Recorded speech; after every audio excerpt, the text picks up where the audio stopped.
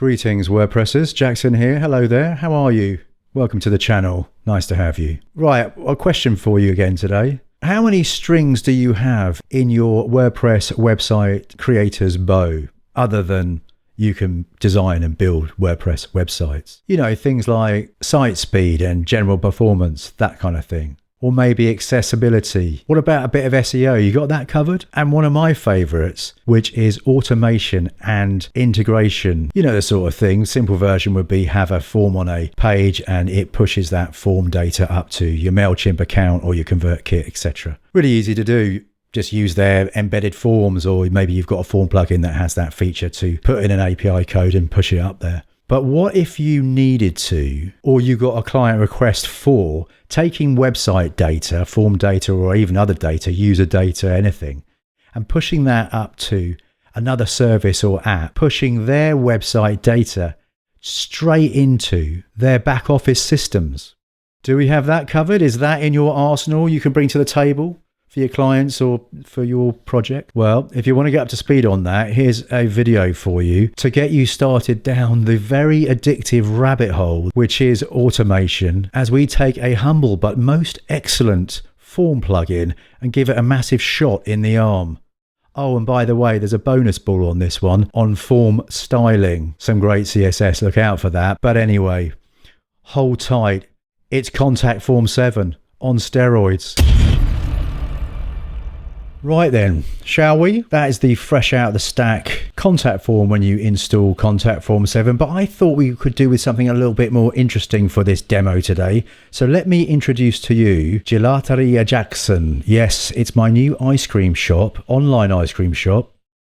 I know, it's a demo. You put your name in, you put your email in, you choose your flavour. How many scoops do you want? Do you want it in a cup or a cone? Place your order and we make your ice cream for you. Yes, we do. But let's talk about the scenario in the context of this automation and app integration. In Gelateria Jackson, there are 3 departments in this new business of mine. One is the front of house, the scoopers and customer facing service folk. There is the stock room, which control the ice cream stock and need to know about sales and levels of stock so they can replenish that when it's getting low. And then there's the accounts department that want to know when stuff has been sold so that they can generate an invoice. I know, it's an ice cream shop, but it's a demo. Stay with me. So let's have a look at how they're doing this. Well, we go to our front of house. So they use Trello for their order processing. So someone creates a new order here. The scooper then moves it to processing. And when it's been served to the customer, it gets put in completed. And for the stock control and accounts department, they want their stuff on a spreadsheet because they want the data, right? They want to see the numbers. And you can see here, Kate's has made an order. The info is there and the status is completed, but we haven't raised an invoice yet. So the objective is to take the order form and get that data into our spreadsheet and our Trello board. And just a little word on the Contact Form 7 styling you see here. That isn't actually out of the box Contact Form 7. That's the contact form. If you put a Contact Form 7, and this is 2024 theme running here, this is what it looks like.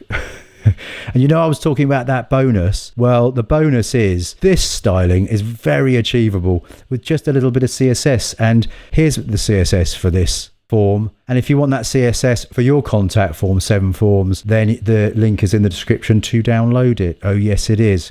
Right, back to the matter in hand. And how exactly are we going to do this? Well, we're going to use a little simple, very brilliant little plugin to send the information from Contact Form 7 to the service make.com.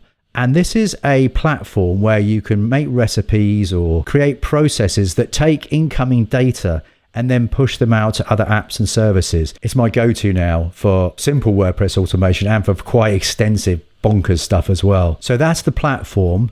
Let's get back to the WordPress admin. Oh, it's just 2024 with my 2024 child theme installed. That's where that CSS is living. You can download that with the link in the description if you need a 2024 child. So we go to plugins. I've got the plugin installed. Let's activate it. And if we go to our contacts now, there's our Gelateria order. We get another tab, a new tab called webhooks. So we need a webhook from make.com to push this data to make.com. Let's go get that sorted out. So here on our dashboard, this is what it will look like roughly if you just set up a new account. And so those processes I was talking about, in Zapier, they're called zaps. In make.com, they're called scenarios. So we've got to make a new scenario for all this automation. So we'll click the create new scenario, and you can see that there is just a zillion different things that you can interact with. I mean, I think it's upwards of 1,800 different apps that they support now. So it's going to be a webhook. It's going to be a custom webhook.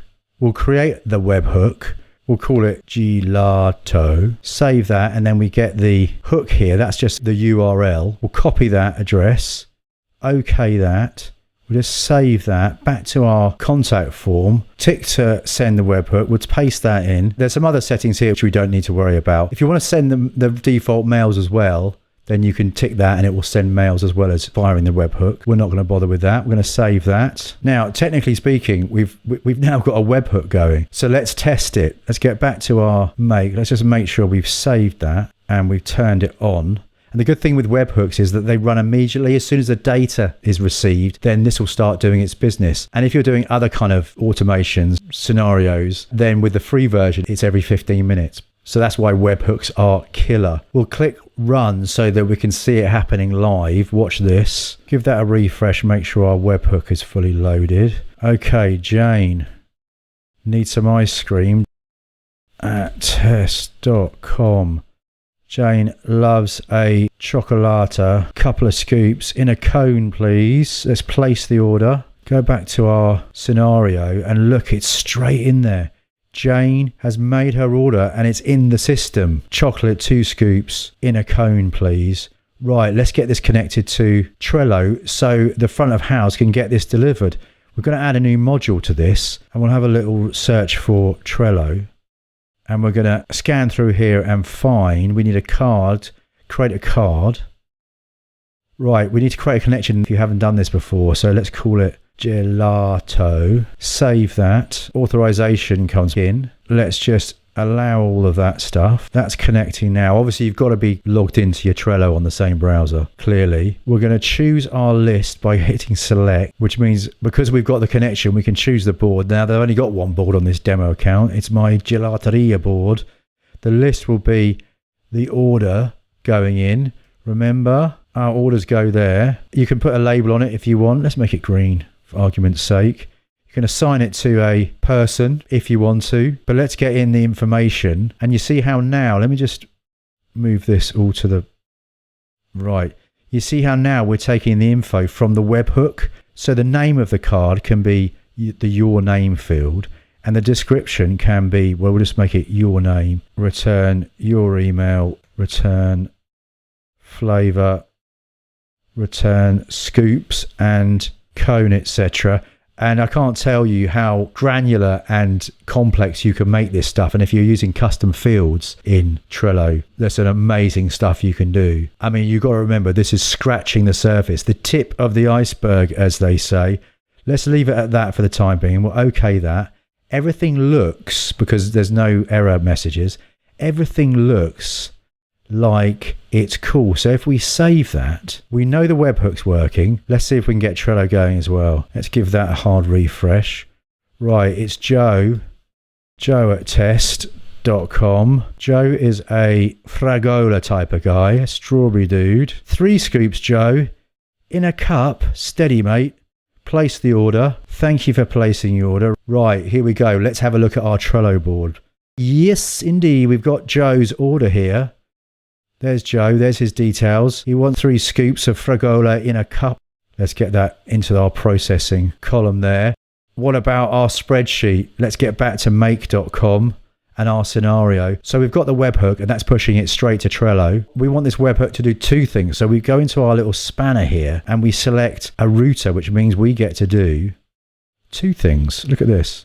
And that second thing will be a Google Sheet, and we want to add a row. Same deal here. Let's create a connection and we'll call it gelato. Sign in with Google. Again, you've got to be logged into your Google account. Let's get that over in the middle here. Choose the account you want to authorize. Click continue. Click the allow.